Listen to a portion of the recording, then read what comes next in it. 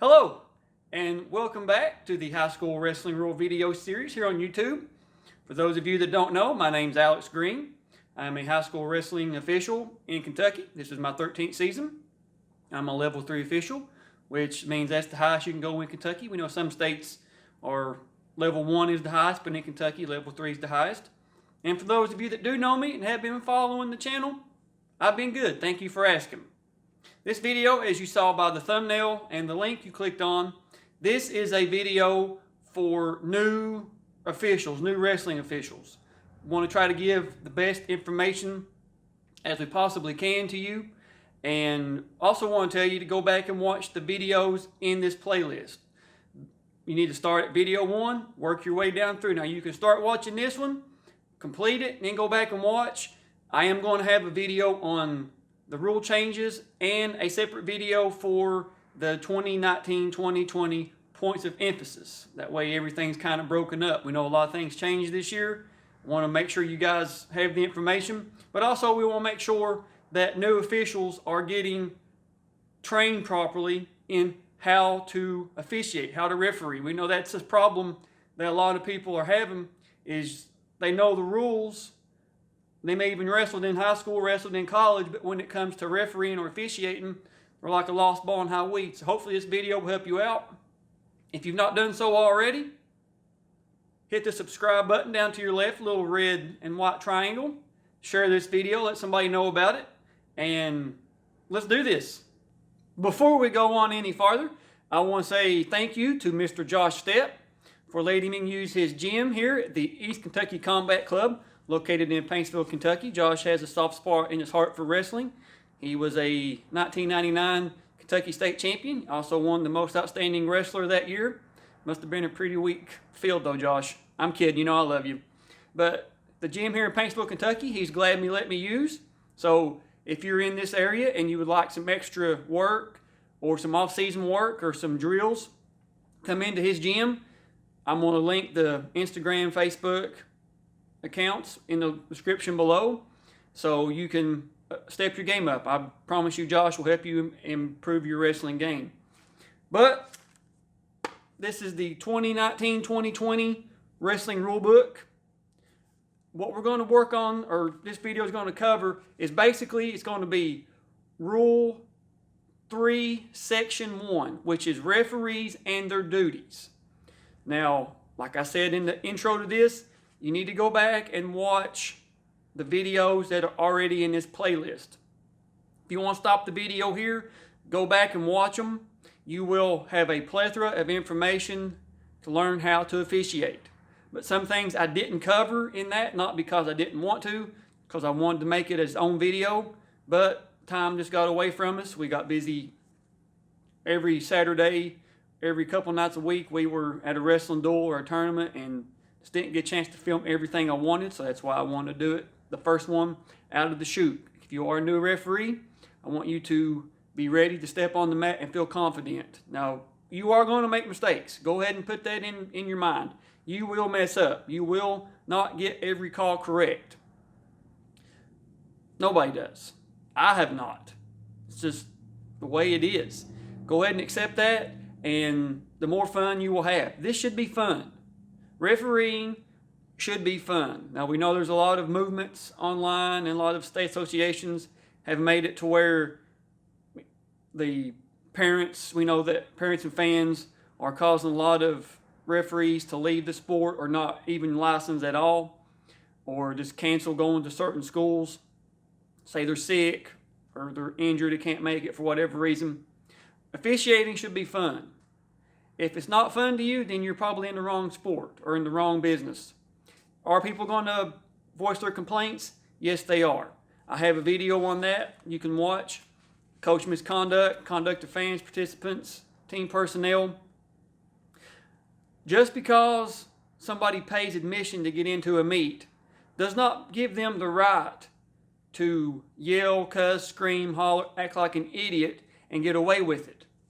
The people don't understand that, yes, in America we do have freedom of speech, but that does not mean we have freedom of consequence.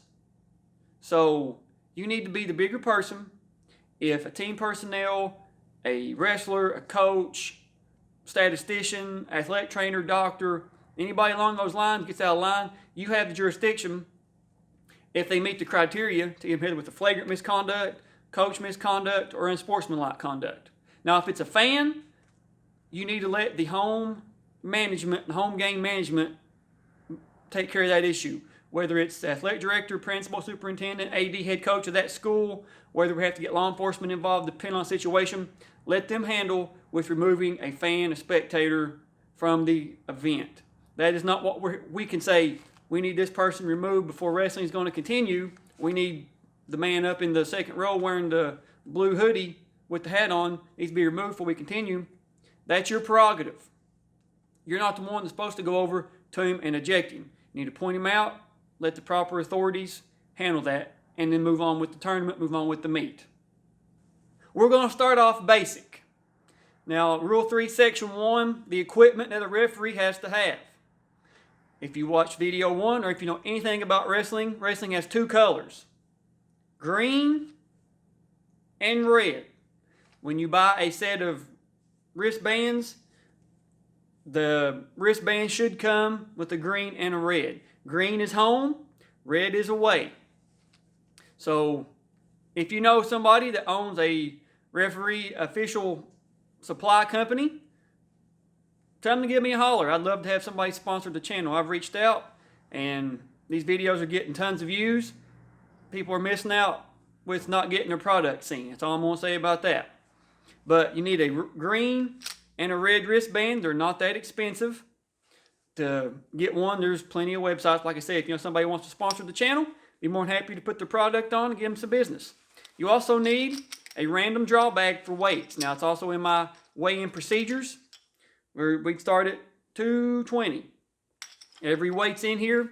So, little random draw bag. You can get these two online. I'm going to throw this down. Need to get a flip disc, a green or red flip disc. This is required equipment. You got to have it. Another piece that you need to have are ankle bands. And guess what color they are? Green and red. So you need green and red wristbands. You need a green and red flip disc. And you need green and red ankle bands. Another thing you need, I know it goes without saying, but people don't understand this, you need a whistle. A black lanyard whistle and a black lanyard and a black whistle, I should say. And mine is to where if you do get caught up, or wrestler's hands, for whatever, your hand gets caught, the lanyard will just break right away, and there's not going to be any injury to yourself or to the wrestlers. We don't want anybody to get hurt with our equipment. Something else too is the referee shirt. Now, some states permit you to wear either the black and white stripe, the typical referee shirt that you've seen forever, or the the gray with the navy blue pinstripes. I'm in Kentucky. That is what we wear as officials. We're the only sport that has like an alternate. No, soccer has different colors, and volleyball has like collared shirts, whatever. But we wear the dark gray and navy blue. Check with your state association. See which one that you need, if you can wear both, or if you've adopted a certain color. Also, my state, you have to have a jacket, a pre-meet jacket. I'll show you that just in a second. But usually has the state logo on it. And if you have like a patch for working state tournament or state duels, put that on the proper sleeve. American flag, I think, is permitted in a lot of states, even your name. We don't get your jacket mixed up. Black trousers, black pants. Now, I have two different types. I have a pair that I wear for like regional meets, state duels, that only get brought out a few times a year. And then I have a pair that I wear for weekday duels, weekend meets that really aren't, that many teams there. There's nothing wrong with that. It's something that I do. I'm sure other referees do the same thing. And something you should look at too, because you don't want to go out and spend a lot amount of money on a good pair of trousers and have them ruined in the first season. when you can spend a little bit of money on a good pair and then go to your local retail store and get a pair for a fairly reasonable price. If they have belt loops, you need to wear a belt. These do not have, the ones that I have on right now do not have a belt loop, so I have to worry about a belt. And if you ever out there on the wrestling mat and you roll around all day, last thing you want around your waist is a belt. Wear black socks and a pair of black tennis shoes. Now, we know you might need to get some meats under your belt before you start wearing, buying the better equipment. That's fine. Everybody has to do their own way. I had to start off wearing my wrestling shoes for a couple meets, and I bought a pair of black shoes, which I've upgraded over the years, obviously. But if you have your old wrestling shoes and they're not like a neon pink color or a green or some type of, if they're halfway decent with a black and white, I'm not going to tell you not to wear them, but if that's all you got to wear them. Not a big deal. Life is going to go on. So remember, red and green wristbands, the red and green flip disc, black whistle and black lanyard. Check what kind of shirt you need, whether the black and white vertical stripes or the gray and navy blue stripes. Your red and green ankle bands, pair of black trousers, pair of black socks, and a clean pair of black shoes, referee shoes. This is my jacket. As you can see, I have the embroidered KHSAA logo the jacket was already made that way. I have my Kentucky Wrestling Official Association patch. That is a entity outside of the KHSAA that the referees have come up with. It's a very great organization to be a part of. And I have my State Duels officials patch on my right sleeve. So if you're required to have a jacket for your state, just make sure what you can and can't have on it and what location the patches go. In Rule 3, Section 1 of the 2019-2020 NFHS rulebook that covers officials or referees and their duties. In Article 2, it gives you the breakdown of what referees are responsible for as far as judgment. The answer to that question is everything. If it comes up to a judgment decision, the referee has final say on it. That's just the way it is. Rule 3, Section 1 has 14 different articles in it. I'm not going to cover every article because some of them are redundant and I've already covered them in other videos. This is stuff that I've not really covered. Now, in Article 3 of this rule, that is the referee's jurisdiction when it begins and when it ends. Your jurisdiction as an official begins when you arrive at the school or the arena where the meet or the duel is taking place. So, as soon as you show up and you're scheduled to be there, that's when your authority starts.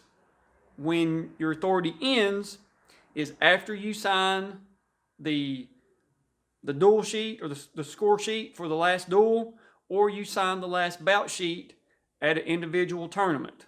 So, if a fight breaks out after that, that is not your responsibility. If you're in the locker room changing, after the event, you're changing, street clothes or whatever, something happens, that's not your responsibility. That falls on the home management or the management or the school of the individuals involved. Now, if it occurs any in between those times, whether you're on your lunch break, whether you're sitting out for on a rotation, there's 4 mats, there's 5 officials, and you're the one sitting out, see something go on, just because it's not your mat, does not mean you cannot interject yourself into that situation and call the penalty. So when you show up at the designated spot, your authority begins when you sign the score sheet for the last duel or the last bout sheet for an individual tournament. That's when your authority ends. I'm going to wrap this video up here and tell you to go back. I've said it before. Go back and watch the other videos in this playlist. Like I just said in the last section you just watched, some of the information in this rule and this section are redundant. I promise you will learn a lot more watching the previous videos than what I can give you here, because they're broke down in depth. But enjoy yourself. If you have any questions at all, reach out to me. Reach out to your signing secretary. Reach out to your state association. I will also link my information in the bio or the description of this video where you can reach out to me. I know several people have reached out. My good buddy Danny in New Jersey and all of his guys have reached out to me. I've had a couple guys in different states reach out to me as well. Tennessee has reached out to me. A couple guys that I know down there. If I start naming names, I'm gonna forget somebody, but those are just pops in my head off the cuff. But go back and watch them. The best thing I can tell you is just to get out and referee. You're going to mess up. Let the coaches know, hey, this is my first meet. This is my first year. I want to learn. And they have to understand that. Hey, you're going to mess up. If you tell them beforehand, coach, I don't know everything. I just want to learn. Most coaches will respect that. If you come to them and you act like you're Mr. Big Stuff, then we're going to have a problem. But let them know, hey, I'm here to learn. I want to promote my sport. I want to help my sport grow in the area that I live. And I know Kentucky, I don't know about every other state, but Kentucky's referee numbers are direly low, desperately low. I get on my Facebook every year and ask people that have wrestled before, even tag all the coaches and other referees, hey, if you're interested, sign up. I might get one person email me back or message me back wanting to sign up. But the sport has to have officials to continue. And that's why I'm wanting to do these videos, to let everybody know, hey, this is how you do it. If you need help, I'm more than glad to help you. And also help people that don't know the sport understand, because most of the time, the arguments and the discussions that people have against referees, or even the way they act towards officials, they don't know the rules. They don't understand this happened, which caused this rule to go in effect. They don't understand that. So let the parents know, new wrestlers know, hey, watch this series, get caught up with the rules, and you'll be better for it. So until the next video, see you guys on the mats.